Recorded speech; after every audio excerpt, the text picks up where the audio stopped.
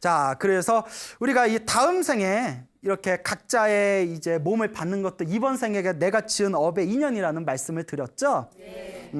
그 중국의 채한 스님이라는 유명한 스님이 계셨어요. 100년 전에 채한이라는 중국 대륙의 아주 큰 스님이 계셨는데 그 스님이 겪으신 일이라고 합니다.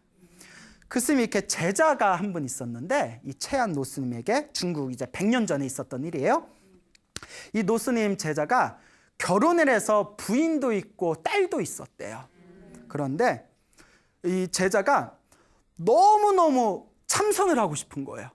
너무너무 이제 스님이 돼서 머리 깎고 참선을 하고 싶으니까 부인하고 이제 상의도 안 한 채 그 머리 깎고 출가를 해버립니다. 채한 스님 밑으로.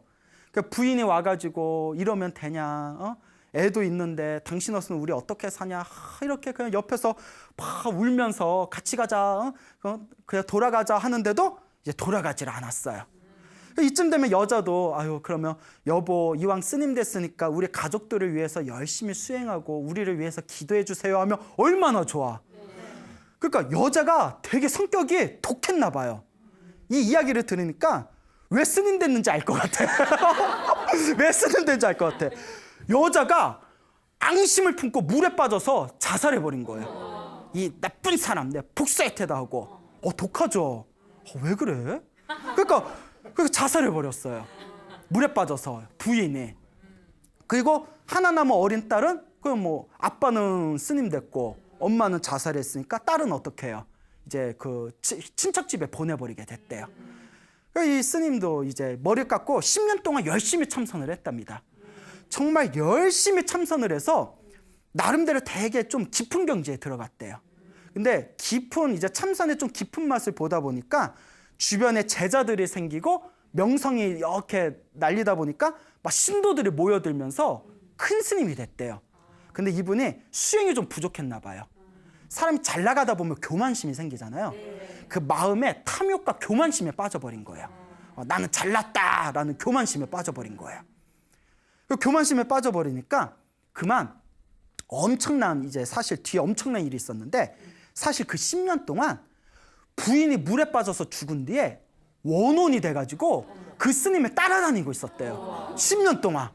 아우 질려 아주 그냥. 그래서 이제 우리 원한을 맺고 죽으면 귀신 돼서 따라다닌다고 하잖아요. 막 따라다녔는데 스님을 10년 동안 못 건드렸던 게 스님이 수행을 너무나 열심히 해가지고 옆에 호법선신들을 보호해줘서 가까이 갈 수가 없었대요. 그런데 이 스님이 교만심에 빠져서 이제 잘못된 마음을 막 일으키다 보니까 주변에서 보호하고 있던 그 우리로 치면 수호신들 있잖아요. 수호신들, 호법선신들이 신망을 느끼고 다 이렇게 흩어져 버린 거예요. 그러니까 수행을 열심히 했더니 옆에서 도와주다가 이제 그러니까 우리가 눈으로는 보이지 않지만 그런 영적인 세계들이 있나 봐요. 옆에서 스님을 보호해주던 수호신들이 사라져버리니까 어떻게 됐을까요? 그 부인이 스님 몸에 빙의가 돼버린 거예요. 빙의가 싹 돼버린 거예요. 이 정도면 전생에 업보가 엄청 두꺼웠나 봐 둘이. 그래서 어느 날 그 스님이 공부하는 곳이 그 진강이라는 곳이 있대요. 중국의 진강의 금산사라는 절이었대요. 아주 유명한 절이래요. 중국에서. 진강의 금산사라는 선방에서 공부하는데 거기가 이렇게 큰 강이 있었대요. 어느 날 그 강에 혼자 풍덩 빠져버린 거예요. 사람들이 놀래가지고 가가지고 스님을 끌어다가지고 그 스님이 정신을 차리니까 스님 헤엄도 못 친 분이 물에 저 험한 강물에 왜 뛰어들었냐고 했더니 나도 기억이 안 난다고. 누가 붙어가지고 그 부인 여자 귀신이 붙어서 여자 귀신이 어떻게 죽었다고 했어요? 그 물에 빠져 죽었다고 했잖아요. 스님 남편 몸에 붙어가지고 물에 풍덩 빠져버린 거야. 같이 가려고. 그 물귀신이죠, 물귀신. 나 혼자 못 찍어? 뭐 이런 거죠. 그러니까 이 스님이 그래서 그러니까 처음에는 스님들이 스님 너무 요새 뭐 수행을 열심히 하셔서 너무 무리하신 것 같다. 좀 쉬면서 해라. 근데 며칠 지나서 또 여자 귀신이 몸에 또 빙의를 해가지고 자꾸 귀에서 속삭이더래요. 물에 들어가자. 물에 들어가자. 물에 들어가자. 우리 같으면 여기 물 안 좋아. 우리 다른 물로 가자. 물에 들어가자. 또 물에 풍덩 들어간 거예요. 그래도 또 다 죽어가는 걸 다시 살려냈대요. 금상사 방장 스님이 야 이거 스님이 이거 보통 일이 아니다. 이거 귀신에 홀린 것 같다. 그니 스승인 채안 스님한테 채안 스님께 빨리 이거 사람을 보내가지고 제자분이 위험에 빠졌으니까 빨리 데려가라고 해야겠다. 그 채안 스님이 멀리서 연락을 받습니다. 옛날에는 이렇게 인편으로 왔겠죠. 뭐 지금야 까톡으로 까톡 뭐 이러면서 제자가 귀신에 홀렸어요. 뭐 이렇게 하면 되는데 뭐 인편으로 왔다 갔다 하면 시간 오래 걸리잖아요. 채안 스님이 이제 사람을 통해 가지고 편지를 받아보고 어이구 이거 큰일 났다. 내가 직접 가봐야 되겠다. 그래서 갔대요. 그래서 제자한테 제자야 너 몸이 좀 허한 것 같으니까 나랑 금산사 나와서 우리 절에 가서 좀 요양 좀 하자. 이렇게 이제 데려갔는데 데려가면서 이제 배를 타고 강을 건널 때만 하더라도 거기 배에 이렇게 침대가 있었는데 2층이었대요. 그래서 아래 침대에서는 스승인 채안 노스님께서 주무시고 위 침대에는 제자를 눕혔는데 채안 스님이 계시는 절에까지 올 때만 해도 제자가 멀쩡했대요. 그 채안 스님도 이제 좀 괜찮은 건가 이러고 이제 가서 제자들한테 우리 여기 스님이 몸이 좀 많이 안 좋다. 정신적으로도 좀 많이 안 좋다. 혹시 이상한 짓 하면 바로 나한테 알리고 옆에서 좀 관찰 좀 잘 해라 이렇게 이야기를 했답니다. 며칠 동안 아무 문제가 없었대요. 근데 어느 날 이제 아침 공양 시간이 됐는데 스님들이 다 모여서 이제 공양을 하는데 그 스님이 안 보이는 거예요. 그 채안 스님이 마음이 불길해서 제자들한테 야 그 방에 가서 한번 알아봐라 했더니 그 제자 그 스님의 방에 갔는데 뒷문에 창문이 열려 있고 스님이 안 보이더라는 거예요. 야 이거 큰일 났다. 빨리 찾아봐라 해서 그 한 반나절을 찾았는데 그 스님이 있는 절에서 멀리 떨어진 큰 강에 결국 익사된 채 발견이 됐답니다. 결국 죽은 거예요. 귀신 못 됐어. 공부하는 스님이잖아요, 그래도. 그래가지고 이제 채안 스님이 그 시신에 잘 수습을 해가지고 그 이제 천도제에서 지극정성을 올렸대요. 그러니까 이제 큰 절에서 죽으면 그런 거는 또 좋아요. 스님들 알아서 천도제 지내주고 천도제를 지극정성으로 이제 지내준 뒤에 이제 천도제가 끝나고 나서 그 10년 전에 친척집에 맡긴 딸 있잖아요.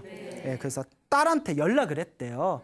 딸한테 이제 연락을 해서 야 이제 너네 아버지가 스님께서 세상을 입적을 하셨다. 우리가 시신에 잘 수습해서 천도제도 올렸으니까 뭐 제삿날이 언제니까 제사라도 뭐 잘 올려라 하고 사람을 보내려고 했는데 딸이 절에 딱 온 거예요. 아니 놀래가지고 채안 스님께서 얘야 아니 내가 그렇지 않아도 너 만나보려고 했는데 어떻게 알고 이렇게 왔냐 했더니 꿈을 꿨어요 이러는 거예요.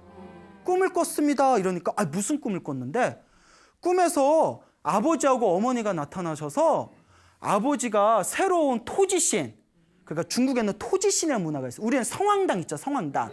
그렇지, 토지, 어떤 일정한 그 마을의 땅을 보호해주는 신이 토지신이에요. 그러니까 그 땅에 묶여있는 신들이죠, 땅을 보호해주는. 아버지가 새로운 토지신으로 부임을 하시고 그리고 우리 돌아가신 어머니가 토지신 부인으로 같이 따라온다는 꿈을 꿨습니다. 지겹다. 또 따라오네. 그렇죠. 그래서 깜짝 놀라서 채안 스님이 이게 무슨 경우인가 생각해 보니까 그래도 그 스님이 비록 중간에 마음을 잘못 썼지만 그리고 돌아가실 때는 안 좋게 돌아갔지만 10년 동안 참선 수행을 열심히 했잖아요. 그래도 참선 수행을 좀 열심히 했던 공덕으로 이번 생에 토지신이 되었나 보다 하면서 가만히 생각해 봤더니 요 며칠 전에 그 마을에 새로운 토지신 사당을 새로 만든다는 얘기를 얼핏 들은 거예요. 그래서 채안 스님이 딱 감이 짚히는 게 있어서 같이 있던 스님들을 이끌고 그 새로운 토지신 사당을 갔대요. 그 새로 만든 사당에 가서 듣자하니 전생에 나의 제자였던 아무개 스님아 그대가 여기 토지신으로 새로 부임했다는 이야기를 들었는데 그 말이 사실이면 오늘 우리들을 위해서 영험을 한번 보여다오. 그 말이 맞으면 못 좀 한번 보여다오 이랬대요. 근데 아무 일도 없었으면 어쩔 뻔했어? 네가 토지신으로 온 게 사실이면 영험을 한번 보여다오 하니까 순식간에 어마어마한 회오리 바람이 와 불더니 한참 동안 회오리 바람이 불다가 싹 멈추더래요. 그때 채안 스님이 여기 토지신으로 왔다는 말이 사실인가 보구나 라고 했다는 100년 전에 채안 스님이 직접 겪으신 일화였다고 합니다. 그러니까 이런 경우는 참 안타깝죠. 사실 그 스님은 이렇게 부처가 되기 위해서 깨달음을 얻기 위해서 참선을 하셨는데 처음에는 참선을 잘 하시다가 나중에 이제 조금 교만한 마음이 들고 탐욕의 마음이 생겨서 주변에 이제 호법선신들이 떠나고, 또 출가기 전에 맺어놓은 나쁜 인연이 있었죠. 그 부인이 물에 빠져 죽어서 원한이 돼가지고 10년 동안 따라다니다가 호법선신이 틈을 보인 사이에 어이씨구나 이때다 해서 몸에 쏙 들어가가지고 결국은 이제 안 좋은 결과를 맞이하게 되었고, 그래도 전생에 그래도 참선했던 공덕의 힘에 의해서 토지신이 되었구나라는 그런 어떤 이야기가 되겠습니다. 그래서 뭐 토지신이 말은 신이지만 그게 높은 신은 아니에요. 오히려 하늘 세계에 있는 천신보다도 훨씬 격이 낮고, 그냥 사람보다는 조금 초능력이 있는 좀 영적인 존재 정도, 그 정도죠. 그리고 그 부인되는 그 귀신이 이제 또 부인으로 따라왔잖아요. 네, 이야기는 여기서 끝나지만 제가 공부한 부처님 경전에 입각해 보면 그 토지신 부인으로 따라온 그 귀신도 언젠가는 이제 자기 업을 받게 될 겁니다. 귀신이 돼서 공부하는 스님 몸에 붙어서 자살하게끔 한 그 업보는 언젠가는 자기가 받을 수밖에 없습니다. 무서운 업보를 받겠죠. 예, 그렇기 때문에 우리가 살아가면서 항상 우리가 살아가면서 내 앞에 펼쳐진 모든 인연들에게 빚을 지지 말아야 된다. 빚을 지지 말아야 된다. 여러분 살면서 빚진 거 있어요, 없어요? 뭐 벌써 있어요. 빚진 거 있으면 안 돼요. 그래서 저도 빚을 안 지려고 항상 노력을 하는데, 근데 사람이 살면서 빚을 안 질 수가 없어요. 스님들은 신도들의 빚을 져야 되고, 그렇죠. 또 우리는 살아가면서 국가의 빚을 짓고, 살아가면서 끊임없이 서로가 서로의 빚을 짓고 있습니다. 그러니까 살아가면서 가장 중요한 거, 빚을 짓지 않는 그런 삶을 살아야 된다라는 것을 명심하시길 바랍니다. 그 귀신 얘기를 했는데 또 마무리는 훈훈하게 끝나야 되잖아요. 그 귀신 얘기 하나만 더 하자면 훈훈한 이야기로 한국 불교설화에 나오는 얘기인데, 그 약 200년 전에 1800년대 초에 그 법주사에서 있었던 일이라고 합니다. 여러분 속리산 법주사라고 아세요? 아주 그냥 좋은 절이에요. 아주 그냥 훌륭한 천년고찰인데, 그 법주사에 들락날락거리던 궁녀가 한 명 있었대요. 궁녀가 있었는데, 이 궁녀가 어느 날 법주사에 왔는데 어느 잘생긴 젊은 스님을 보고 상사병에 걸렸대요. 어떡해. 왜? 아니 빡빡 꺾은 머리가 뭐가 좋다고. 희한해. 하여튼 희한해. 그것도 전생 인연이겠죠? 그 궁녀가 막 상사병에 걸려서 막 애타게 신임 우리 신임 막 이러다가 젊은 스님에게 고백을 했대요. 스님 같이 살아요. 뭐 I love you, I love you 막 이랬겠죠? 그 스님이 이러지 마시오. 나는 스님이고 당신은 신도요. 이러시면 안 돼요. 라고 딱 잘랐어요. 그 궁녀가 이루어질 수 없는 사랑의 아픔 때문에 원한을 맺고 자살을 합니다. 뭐 툭하면 자살해. 자살하면 안 돼. 알겠죠? 그것도 나중에 다 업보가 됩니다. 이번 생에 빚을 풀어야지. 그리고 지독한 여자 귀신이 됐대요. 그 귀신 중에 제일 무서운 귀신이 처녀 귀신이라고 하잖아요.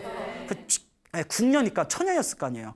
그러니까 그 상사병에 그 죽은 아주 지독한 처녀 귀신이 돼서 그 법주사 젊은 스님을 계속 괴롭히는 거예요. 그 이 스님이 시름시름 앓다가 몸이 노랗게 돼서 죽는 황열병에 걸려서 죽었답니다. 황열병에 걸려서 죽게 됐는데, 그 뒤로 몇십 년 동안 100년 가까이 법주사에 잘생기고 젊은 스님만 있으면 귀신이 괴롭혀가지고 그 법주사에서 젊은 스님들이 황열병이 돌았대요. 그러니까 엄청나게 고생을 거예요, 100년 동안에. 그런데 생각해 보세요. 귀신이 어떤 스님들만? 젊고 잘생긴 스님들만 황열병에 걸렸잖아요. 만약에 황열병 안 걸리면 그 스님 엄청 자존심 상하지 않았을까? 나는 왜 안 걸리지? 나 나이 들었다고 무시하는 거야? 나 못생겼다고 무시하는 거야? 예? 여러분 차라리 황열병에 걸린 게 더 나을까요? 아니면 좀 못생겼더라도 황열병 안 걸린 게 나을까요? 예, 그렇죠. 건강이 최고입니다. 예. 그 100년 동안 젊은 스님들이 엄청나게 고생을 했대요. 그러다가 100년이 지난 뒤에 그 속리산의 그 법주사에 금강산에서 수행에 있던 진하라는 스님이 다 오셨대요. 진하라는 이제 어른 스님이 오셨는데, 그 한국 불교사 100년 전에 한국 불교사에 아주 큰 족적을 남기신 그런 강사 스님이십니다. 이 진하 스님께서 다 법주사에 오셨는데 되게 잘생기셨나 봐요. 그러니까 누가 나타나요?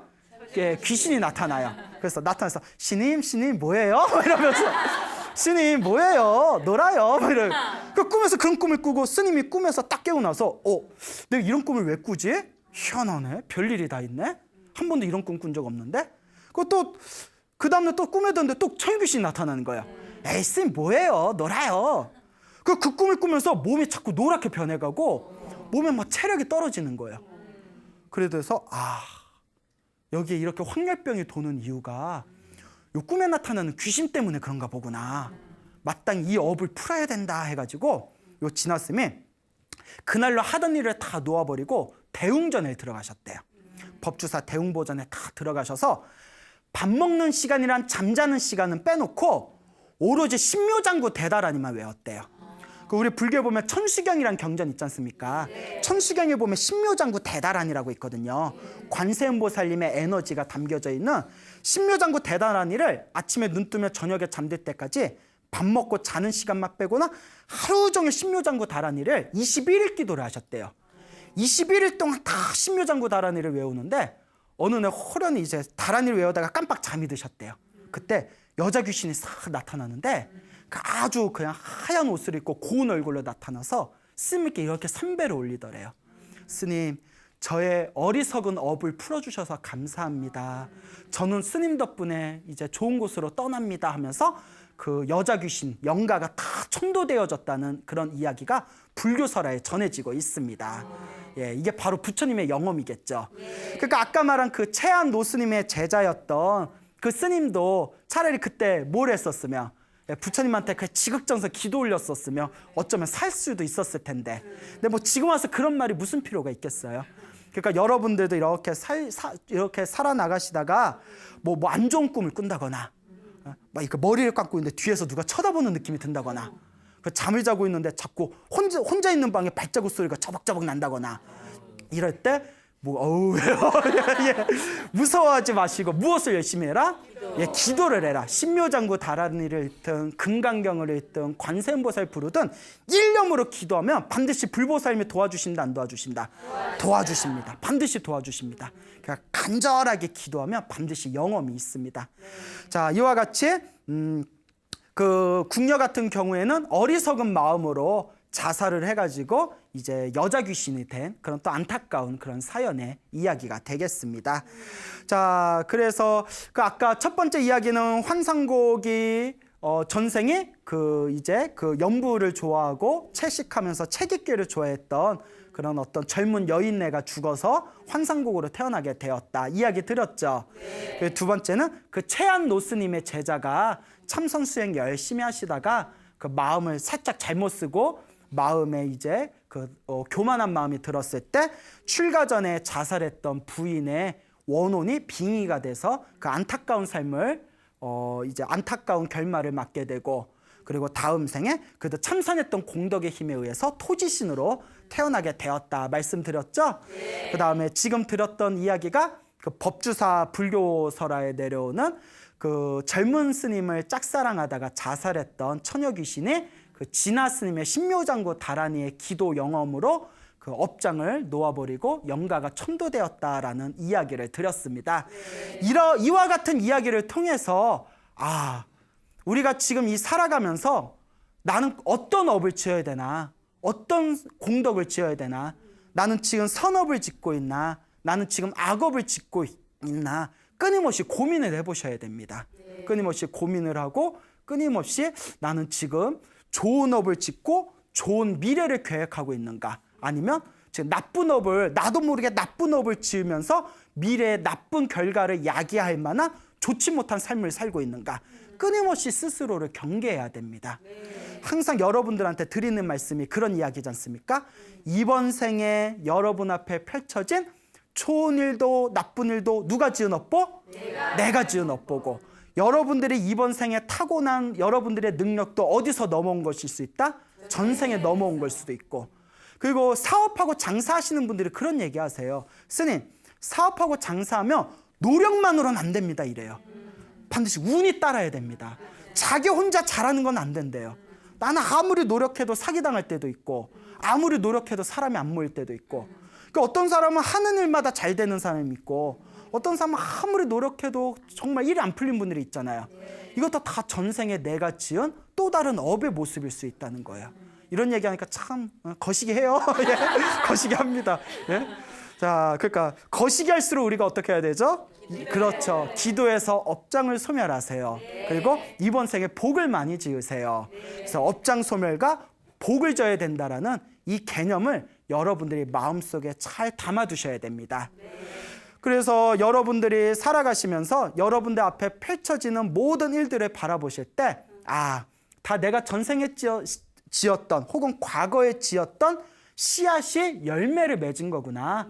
내가 지었던 원인에 의해서 지금 같은 결과가 생긴 것이구나 라는 것을 항상 관찰하셔야 됩니다.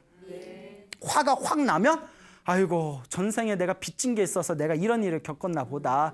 내가 또 지금 화를 내면 이게 또 나한테 악업이 될 수가 있다. 그러니까 또 마음을 다스릴 수 있어야 되고, 또 살아가면서 기쁘고 아주 즐거운 일이 생기면 내가 잘났다고 기뻐하고 즐거워하면서 교만함에 빠질 게 아니라 복을 지으니까 이렇게 좋은 일이 생기는구나. 앞으로 더 열심히 복을 지어야 되겠구나.